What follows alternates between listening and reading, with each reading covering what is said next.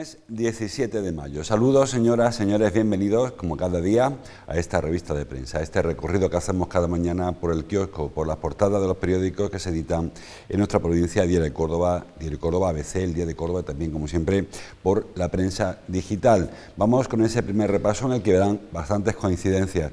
Por ejemplo, el Diario Córdoba habla de patios, de Anguita y de toros. Centenario de los patios titula, cierra con 400.000 visitas. En la foto, una foto que firma Paco González, Anguita, hijo adoptivo de la ciudad, y abajo los toros dejan a Finito sin fiesta por el 30 aniversario. El diario ABC, mismos temas, aunque la portada, la página 1, solamente hace referencia al mano a mano de ayer, foto de Álvaro Carmona. 30 años de torería cordobesa, titula, luego en páginas interiores, y la portadilla también habla, lógicamente, de patios y del homenaje a Anguita. El diario El Día titula, muy parecido al resto de periódicos, los patios cierran su centenario con cerca de 400.000 visitas. La foto que firma Juan Ayala, el recuerdo eterno de Julio Anguita, y la foto, pues, los familiares, los hijos y la viuda de Julio Anguita ante este reconocimiento de la ciudad en el día que se conmemoraba el primer aniversario de su fallecimiento. Y el diario El Día también trae la foto, en este caso de Miguel Ángel Salas, para la corrida de toros de ayer, mano a mano entre Finito y Morante. Finito y Morante se estrellan, dice, ante la poca bravura de los Juan Pedro. Bueno, pues como ven, información muy parecida a los tres periódicos. Empezamos, si les parece, por el tema patios. Ayer concluyó esta edición tan extraña de los patios 2021, la edición del centenario, que no ha podido lucir quizá como debiera a consecuencia de la situación sanitaria, la de la pandemia del coronavirus. Pese a ello, pues han sido 400.000 las personas que han pasado por los patios de Córdoba. Como diría los taurinos, con diversidad, ¿no? Porque ha habido patios con muchísima gente, zonas como siempre, con menos afluencia de público. La primera semana, pero el fin de semana, fue más público local. Recuerden que estábamos aún con el confinamiento perimetral, incluso se abrió, creo que para esa semana. Luego ya este fin de semana sí que ha habido muchos turistas de otras provincias, de otras comunidades autónomas que han podido venir a la fiesta de los patios. Hemos estado durante las últimas 2 semanas ofreciendo programas especiales sobre patios. Bueno, ya saben que la fiesta que aún, a pesar de estas circunstancias, hoy creo que lo señala Antonio Caño en algún periódico, Córdoba sigue siendo un referente internacional, y los patios son hoy por hoy, en mayo, después de que no haya habido feria, ni cruces, ni romería, ni nada de esto, el único referente que nos queda es el Mayo Cordobés. Los patios se han cerrado con una afluencia importante de visitantes, muchas colas, sobre todo en Alcázar Viejo y en la ruta de Santa Marina, que esperemos no tenga repercusiones dentro de 15 días, porque evidentemente no se podían guardar la distancia de seguridad, porque las colas se cruzaban unas con otras. Saben que ahí, en San Basilio, por ejemplo, la calle de San Basilio, hay varios patios consecutivos, seguidos, y las colas se confundían una con la siguiente y era muy complicado mantener distancia. Aún así, aire libre, como siempre decimos, mascarilla todo el mundo, gel hidroalcohólico, semilla de temperatura, en fin, una serie de medidas que han intentado evitar que el número de contagios suba más de la cuenta. Luego hablamos, si da tiempo, del tema de los contagios. Son eventos que, bueno, hoy hará balance, creo que lo está haciendo, era a las 10 la rueda de prensa de la concejal responsable del área de promoción, Marián Aguilar, hará balance, pues, de los patios, de las visitas, de la repercusión económica o no del evento, y sobre todo de este recuerdo del Mayo Cordobés, que hay que seguir manteniendo, porque 2 mayos seguidos sin que haya afluencia de público, pues hace que las cosas, ya saben, ¿no? Mañana comienza Fitur, la Feria de Turismo de Madrid. El mes de mayo va a ser protagonista de nuevo la Feria de Turismo, porque la oferta para el próximo ejercicio será de nuevo el mes de mayo, aunque recuerden que en octubre hay una edición especial de los patios, con aquellos patios que se quedaron fuera de concurso, con alguno más, para intentar recuperar en otoño parte de lo que no se pudo conseguir ahora en primavera, casi verano, porque el fin de semana de ayer era más veraniego que primaveral. En cualquier caso, balance positivo, entiendo, en cuanto a la visita. Hará, como les digo, balance dentro de aquí un rato la concejal responsable, pero en principio parece que, como decía el otro, para lo que teníamos, bien nos podemos conformar con lo que hemos conseguido en este fin de semana y en el anterior. En la siguiente referencia común veíamos aniversario del fallecimiento de Julio Anguita, del primer alcalde democrático tras la Guerra Civil de Córdoba. con homenaje en el Gran Teatro. El diario Córdoba, veíamos antes una foto de familia en la que, bueno, pues están los portavoces municipales, exalcaldes, como es el caso de San Ambrosio, que coincide que es portavoz a la primera a la izquierda, y exalcaldesa y portavoz del grupo, y bueno, Torrico, Pedro García, el alcalde y los tres hijos, Isabel Albaz también, los tres hijos y la viuda de Julio Anguita en este aniversario, como le digo, de su fallecimiento. El diario El Día, la foto también es el momento en el que reciben la foto, Juan Antonio y Ana reciben la placa, el recordatorio de este nombramiento de Córdoba, en presencia de su hermana, de la viuda de su padre y de los portavoces municipales. El recuerdo eterno de Julio Anguita. Bueno, fue un acto muy emotivo. Saben que Anguita falleció ayer, hacía un año, el 16 de mayo, en pleno confinamiento, la época dura además del confinamiento, no se podía salir a la calle prácticamente, aunque sí que hubo muestras de dolor, pero no hubo el homenaje que quizá que todo el mundo pensó que se merecía, bueno, todo el mundo, casi todo el mundo, porque habrán visto que falta un portavoz de la foto, el de Vox, que no sé, o la de Vox, que prefirió no ir al acto, decía que no entendía por qué había que homenajear a Anguita de forma individualizada y no con el resto de personas que se distinguen habitualmente con este tipo de reconocimiento, hijo adoptivo, hijo predilecto, las medallas de la ciudad. Anguita se nombró hijo adoptivo porque, como bien saben, no nació en Córdoba, sino fue en Girola, y no podía ser por ello reconocido como hijo predilecto porque no era cordobés. Aunque ayer dijo el alcalde en un discurso muy emotivo, que era un vecino ilustre y que todo el mundo lo consideró como tal, y cordobés, sin que hubiese nacido en nuestra ciudad.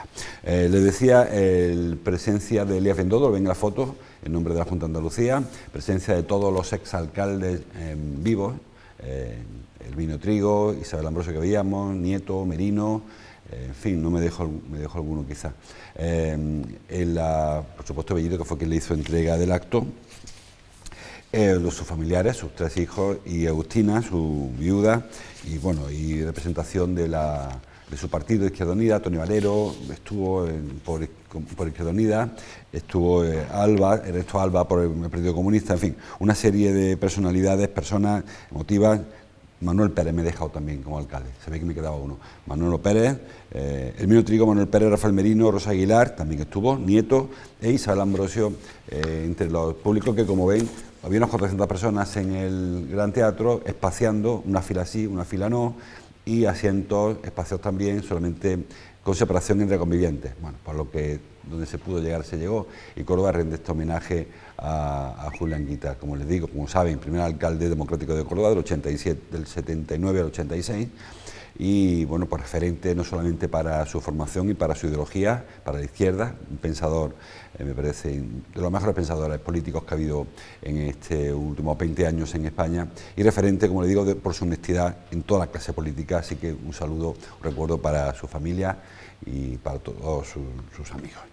La otra foto que nos quedaba, la del diario ABC, que he escogido la foto de Finito para su portada. No le salió bien ayer el mano a mano de Finito y Morante.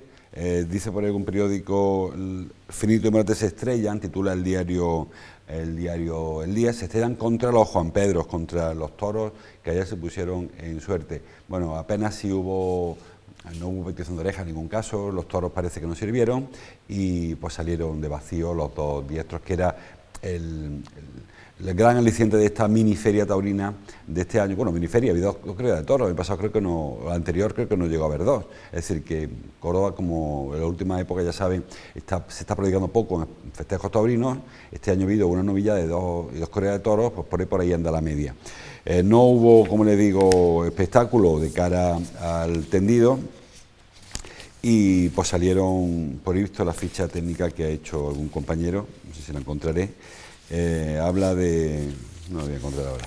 Bueno, pues hubo un par de ovaciones para Finito y otra para Morante, silencio los toros, hubo 3 para cada uno, y un destello en el segundo de la tarde, el primero de Finito, creo que fue donde estuvo mejor, y Morante en el suyo primero. Ahí es donde estuvo un poco el momento de la tarde, pero muy deslucido, como dicen las crónicas, a consecuencia de que los toros no sirvieron para lo que se pretendía de ellos, para lo que se contrataron, se compraron.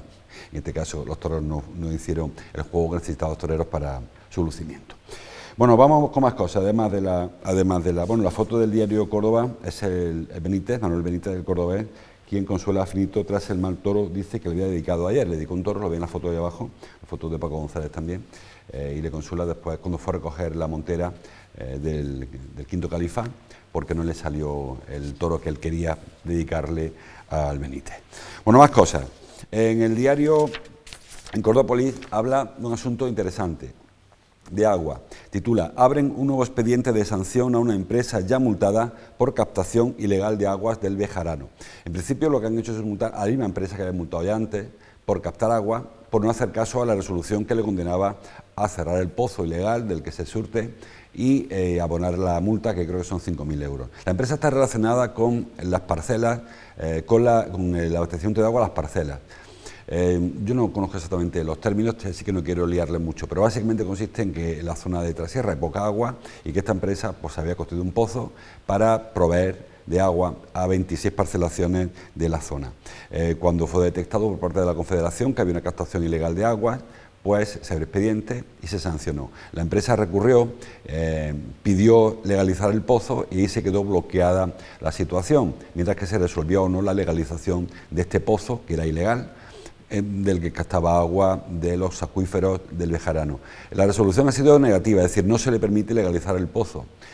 Aún así la empresa no hace frente ni a la sanción ni a la clausura del pozo, con lo cual ha sido de nuevo clausurada. La noticia que, bueno, puede ser más o menos trascendente. Yo en principio quiero decir que creo que todas las personas tienen derecho al agua. Lo que ocurre es que eso incluye a los que viven en el Bejarano y los que viven fuera del Bejarano. Es decir, que el agua no se puede entender como un bien particular de alguien o privativo de alguien. El agua del Bejarano está para todo el mundo, no solamente para el que vive allí. Para el que vive allí también, lógicamente, que necesita beber agua, asearse, cocinar, etcétera. Pero si cada uno abriese un pozo en una zona con pocos recursos hídricos, le garantizo que en un par de meses no habría agua ni en el Bejarano ni en ningún sitio, porque no alcanzaríamos todo el agua que pasa por el subsuelo como si fuera nuestro. Esa es la causa fundamental de que se reduzca el volumen de agua en los afluentes, los arroyos y en los ríos, que mucha del agua se queda antes a través de extracciones ilegales o no, que también las extracciones legales captan agua y en ocasiones secan los acuíferos. Digo que cuando una urbanizadora prepara un suelo, en este caso parcelaciones que no son todas legales, por cierto, no está toda legalizada, creo que tiene que resolver el tema del agua y darle servicio a quienes viven allí. Creo que en el siglo XXI, como andamos ya avanzado el siglo, seguir pensando en que lo fácil es abrir un agujero en el suelo, coger el agua que pasa por allí y quedársela, no sé hasta qué punto eso, aparte de poco solidario, es una práctica saludable incluso, porque ese agua, lógicamente, no pasa por depuradora, etcétera, etcétera. Creo que habría que resolver esto y es verdad que quienes viven en una parcela, tanto en Trasierra como en el Higuerón, como donde sea, tienen el derecho al agua. Pero creo que habría que empezar desde el principio, porque me parece que a veces ponemos el carro delante de los bueyes. Primero vamos a vivir a un sitio y luego pedimos agua. Creo que debía hacerse al revés. En el caso de Bejarano habría que solucionar esa situación, como le ocurre a los vecinos de Las Jaras, que tampoco tienen agua, y hay que resolver de la manera que fuera necesario. Pero creo que la solución no puede ser captación de agua de manera irregular, o incluso de manera regular, repito, porque si todo el que se va a vivir al campo le permitiera a las autoridades, la Confederación o la Consejería de Medio Ambiente, o como se llame ahora, le permitieran captar agua del agua que pasa por debajo, cuando pasaran 5 parcelas, a la de 6 ya no habría agua, porque se le irían quedando los vecinos de antes. Creo que es más preocupante de lo que parece la situación. Saben que tenemos una situación hoy por hoy de crisis hidrológica, los pantanos están al 30 y tantos % de su capacidad, sin previsiones de que llueva más, quizá de aquí a octubre ya, de que septiembre, y no parece que la solución sea esta que les digo, no ir abriendo pozos. En cualquier caso, la empresa ha sido sancionada y bueno, tendrá de manera coercitiva ahora, la multa hay que pagarla, tendrá que responder. Una situación muy parecida, aunque no la misma, lógicamente, también informa el diario ABC. Titula: 8 comunidades de regantes de Córdoba piden usar aguas de las depuradoras. Agua depurada, lógicamente. Esta posibilidad, la de utilizar aguas de las depuradoras, de las estaciones depuradoras de aguas residuales, pues se abrió ya hace mucho tiempo, hace 5 años. En 2016 la Junta previó la posibilidad de que se utilizaran aguas de las depuradoras, en lugar de devolverlas al Guadalquivir, como se hace en el caso de Córdoba, por ejemplo, la Golondrina, pues conectarla directamente a sus canales de riego para que el agua depurada fuese reutilizada. En aquella ocasión, 2016, se adjudicaron a 8 comunidades de regantes de Córdoba esa posibilidad de utilizar agua. Hablamos de Lucena, Aguilar, Cabra, Carcagüey, Puente Genil, Priego, Baena y Cañete. 650 productores, 3.850 hectáreas de regadío que pretendían regarse con este agua depurada. Digo pretendían porque ha pasado todo este tiempo, han pasado 5 años. Bueno, en el 2017 se adjudicaron estas 4 años, estas concesiones de agua depurada y no se ha podido utilizar por varias razones. La primera fundamental es que no existe un conducto, el canal, la tubería que lleve el agua desde la depuradora hasta la finca, hasta donde hay que utilizarla, hasta el canal de riego. Y luego hay más problemas, eso por parte de los ayuntamientos, que son quienes son responsables del agua depurada, de conducirla donde haya de conducirla, bien al río, lo habitual, de nuevo verterla al río, y en el caso de que haya que utilizarla o reutilizarla, pues a las fincas, a las explotaciones agrícolas. Bueno, digo que ese es el primer problema, que no existe físicamente el conducto, pero es que además la Consejería tampoco ha hecho su trabajo, repito, esto fue el año 2016, hace ya 5 años, y aún no hay ni informe de sanidad, ni tampoco informe medioambiental. El medioambiental es un tema de caudal, porque claro, el agua que no va al río, o sea, el agua que va a una finca no va al río. Un poco hablábamos antes del acuífero del Bejarano, pues pasaría igual. Si ahora todas las depuradoras que tienen que verter el agua al río las volvieran a repartir, en el río faltaría agua, porque el agua no aparece de pronto, el agua que se utiliza no está en el río. Y el segundo informe, el de salud, quizá más interesante aún, el de la Consejería de Salud y Familia, porque que el agua sea apta para ir al río no significa que el agua sea apta, en todos los casos que habrá que analizar, para la reutilización en regadío, porque son hortalizas, son frutales, son lo que sea, en este caso era olivar casi todo, que llega a las plantaciones o las explotaciones, no sé si con todos los controles sanitarios pasados, que no lo sé, probablemente sí. Yo entiendo que yo he estado alguna vez en la depuradora de la Golondrina y la sensación que da es que hay muchísimos filtros, muchísima depuración, pero no se hace al punto de utilizar el agua para riego, no lo sé. También es verdad que el agua que va de la depuradora al río luego se vuelve a tomar con bomba de agua y se riega, quizá un poco una disolución más elevada. En cualquier caso, hace falta tanto el conducto como los informes pertinentes de salud y de medio ambiente. Insisto en el de medio ambiente, porque los productores, los que ya tienen agua, aseguran que si el agua no llega al río porque se quede antes, vaya de la depuradora directamente de nuevo a la finca, es probable que los que toman agua del río se queden sin agua. Y esto nos lleva al problema de siempre, al que yo hablaba antes en el Bejarano y al que se nos ve venir. Y es que estamos pidiendo más agua de la que existe. Los regantes hace mucho tiempo que vienen reclamando que se incremente el caudal que se utiliza para el riego. El agua no es infinita, lamentablemente en Andalucía es menos todavía, es más finita que en otras comunidades porque llueve menos y porque no hay previsión de que vaya a cambiar el ciclo pluviométrico en los próximos meses ni años. La sensación es que vamos a peor y no a mejor. Con lo cual, yo creo que la solución no es construir más pantanos ni pedir más agua, sino gastar el agua de manera más eficiente. Es verdad que la mayoría de los regadíos que se están emprendiendo ahora no tienen el sistema antiguo de agua a manta, aquel de inundar los canales, sino que se utilizan sistemas más eficientes, o bien el goteo, o bien cada cual el suyo. Parece que la aspersión se descartó también porque se pierde mucha agua, en fin, lo que fuera, los agrónomos sabrán.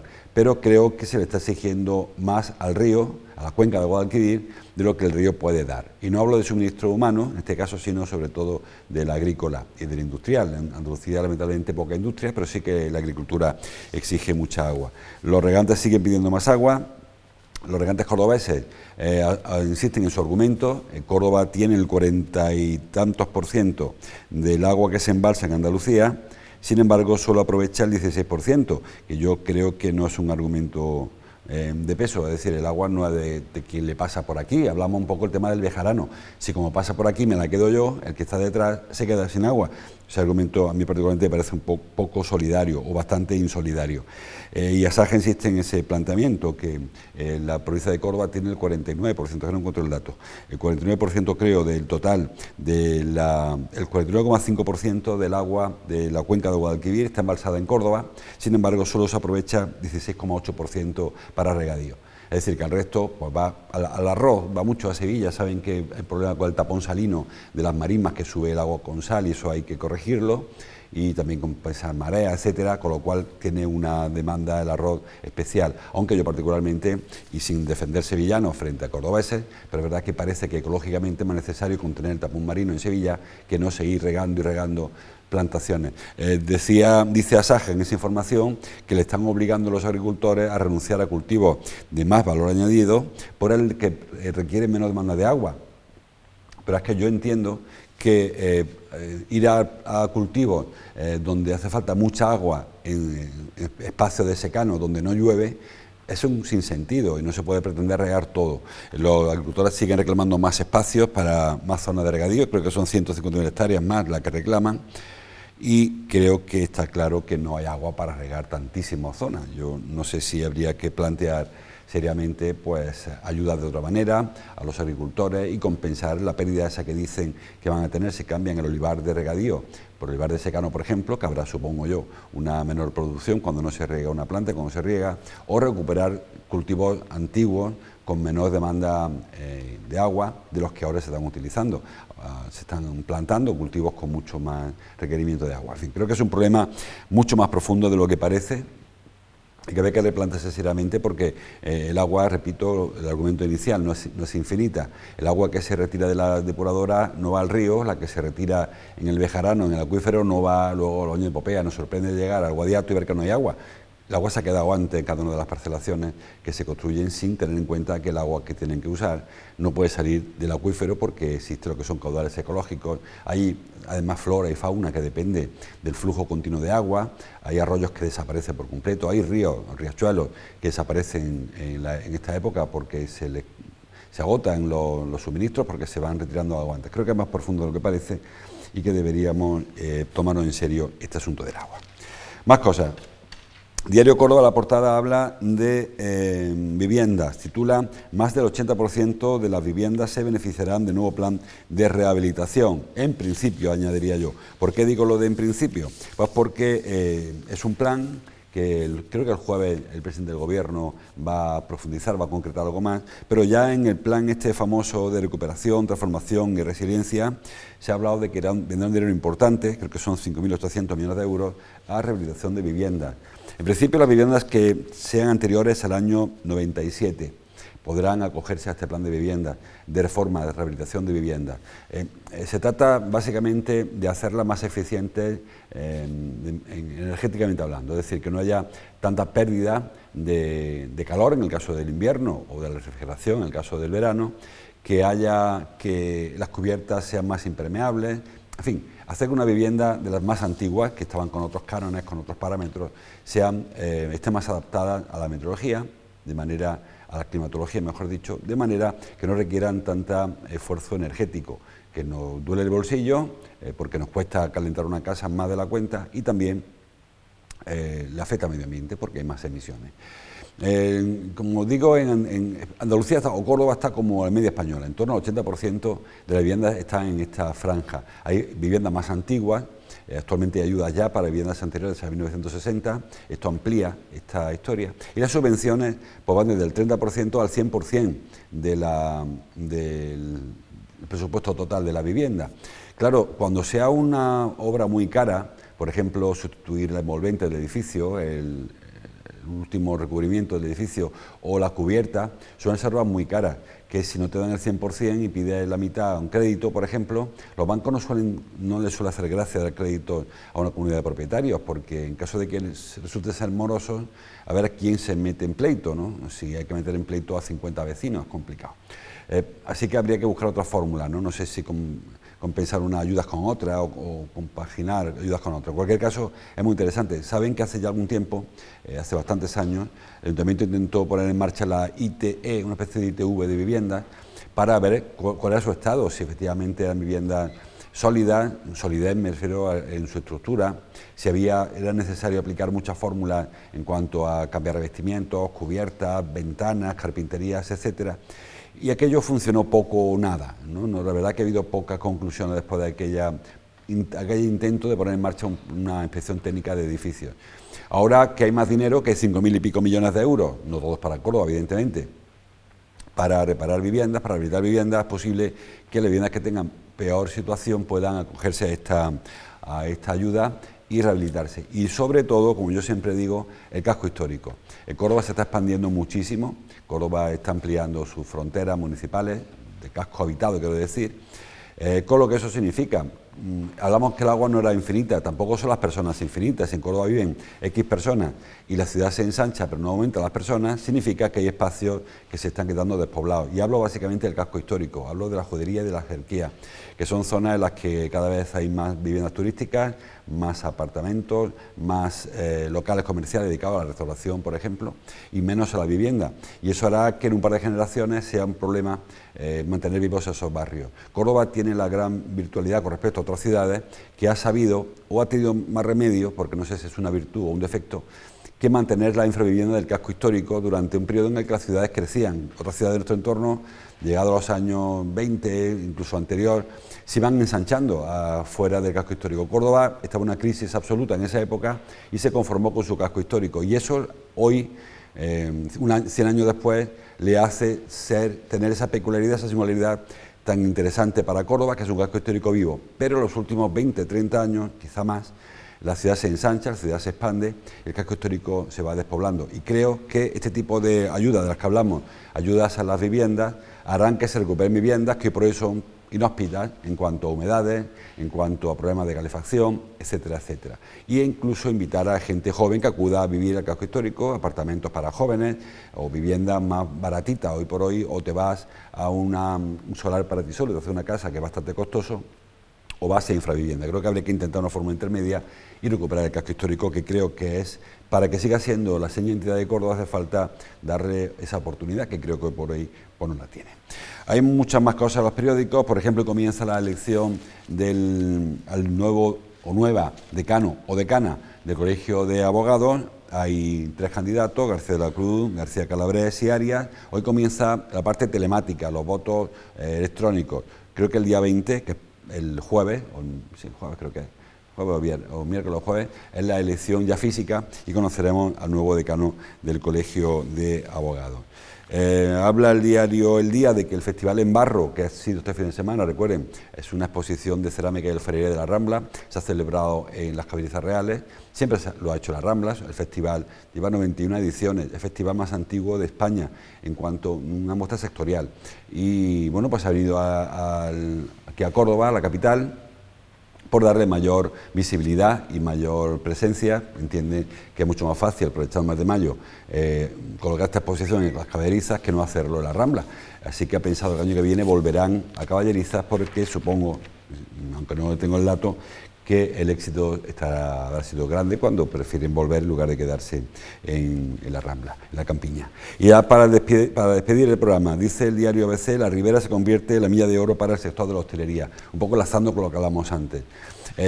Yo creo que, y todo el mundo coincide, que la restauración es lo que da vida a los barrios, pero cuando se echa la persiana, cuando hay que cerrar el bar, el barrio se queda muerto y hay cosas que no son solo la restauración. La Ribera, es verdad que esa zona que ven en la fotografía, Cruz del Rastro, la parte hasta la mezquita, es una zona que, bueno, habrán pasado por ahí seguro, con muchísimos negocios, muchísimas terrazas, muchísima vida, pero repito, primero que buena parte de los que hay ahí son turistas que van o vienen, y segundo que hay épocas en las que no hay tanta terraza porque la temperatura es distinta. Creo que en los barrios hay que consolidarlos con vecinos, con comercio de cercanía, de confianza, de proximidad, además además, lógicamente, de la restauración, que para eso Córdoba es una ciudad de bares, es una ciudad de servicio y creo que no se puede renunciar a ello. Mucha más información en los periódicos, como siempre les invito a que entren, profundicen, continúen con la información, lean la prensa, oigan la radio y sobre todo vean la televisión, que la verdad de muchas cosas. Por ejemplo, de deporte. Ayer hubo deporte, ahora hay todo CCF, el programa especial de esta casa dedicada al fútbol. El Córdoba no jugó ayer, pero sí lo hicieron otros equipos y seguro que Fernando nos tiene muchas cosas que contar, incluso ya de la temporada que viene, porque el Córdoba ha empezado, antes de acabar una, ya estará empezando la siguiente, como suele ser habitual. Fernando, buenos días. ¿Qué tal, José Luis? Buenos días. Sí, ya iniciando, se puede decir, la edición Todo CCF de verano. Hace calor, suben las temperaturas y sube también, se eleva el nivel de trabajo en los despachos del Estadio del Arcángel. A partir de esta semana se tienen que ir ya empezando a tomar decisiones. Ya ha pasado una semana desde que se consumara el descenso de categoría. Ayer finalizó la Liga el Córdoba B, el Córdoba femenino, que también disputó el pasado sábado y que se vio aquí en PTV su último partido como local. Así que en cuanto al Córdoba Club de Fútbol, pues como decimos, semana en la que se tienen que empezar a tomar decisiones pensando ya en la temporada 2021-2022. Y por otro lado, Fútbol Sala, hoy que presentan la nueva APP de la entidad del Córdoba Patrimonio de la Humanidad, una APP que bueno, es un tanto revolucionaria en el mundo del deporte y que tiene partidazo mañana ante Oparrulo, el equipo de Miguel Ángel Martínez de Maca, anterior entrenador del Córdoba Patrimonio, histórico entrenador que consiguió el ascenso a Primera División. Mañana se van a ver las caras por primera vez desde que fue cesado el pasado mes de marzo del año 2020 con la pandemia.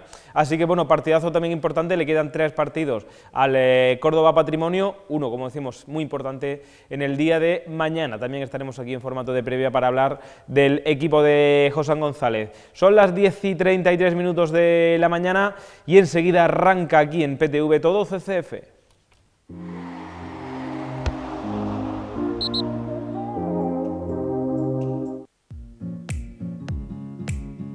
¿Harto de no saber qué te espera al ver la factura de la luz? ¿Tan difícil es recibir una factura sencilla y transparente? Tenemos la solución en nuestra ciudad. Unieléctrica es tu alternativa cordobesa a las eléctricas tradicionales. Empieza a ahorrar en tu factura eléctrica con energía 100% renovable. Infórmate sin compromiso al teléfono 957 28 94 02. Llama y te realizarán una comparativa sobre tu factura de manera totalmente gratuita. Conviértete en parte activa en la lucha contra el cambio climático y empieza a ahorrar en tu factura de la luz. Unieléctrica, para ti y los tuyos, la energía que quieres.